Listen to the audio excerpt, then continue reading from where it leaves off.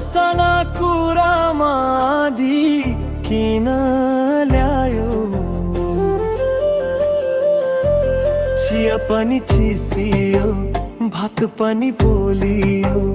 तिमी बिना मेरो दिन त बिल्कुलै गोलियो धोर मोबाइलमा मेसेज हेर्दै बस्यो रिप्लाई नदिई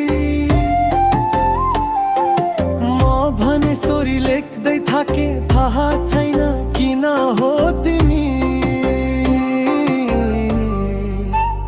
ओ माया नरिसाउन हाँसिदेऊ न म त तिम्रै पागल बुझिदेऊ न फुल ल्याए चकलेट ल्याए छाई गरौँ तिम्रो एक स्माइलका लागि जानै पनि धरौँ साथीहरूले भन्छन् दाइ अलि कडा बनन् तर तिमी अगाडि म त हुन्छु एकदम नरम भन्सामा पसे तर नुन चिनी उल्टियो तिमी रिसाउँदा मेरो दिमागै हल्लियो तिमी बिना यो घर त खाली खाली लाग्छ रिसाएको अनुहार पनि मलाई मिठो लाग्छ ओ माया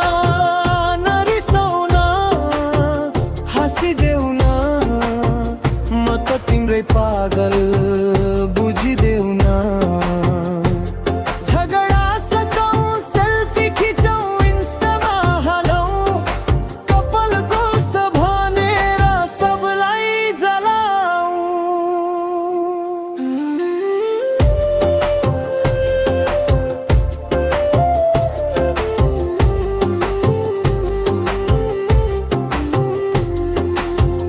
लौ न माया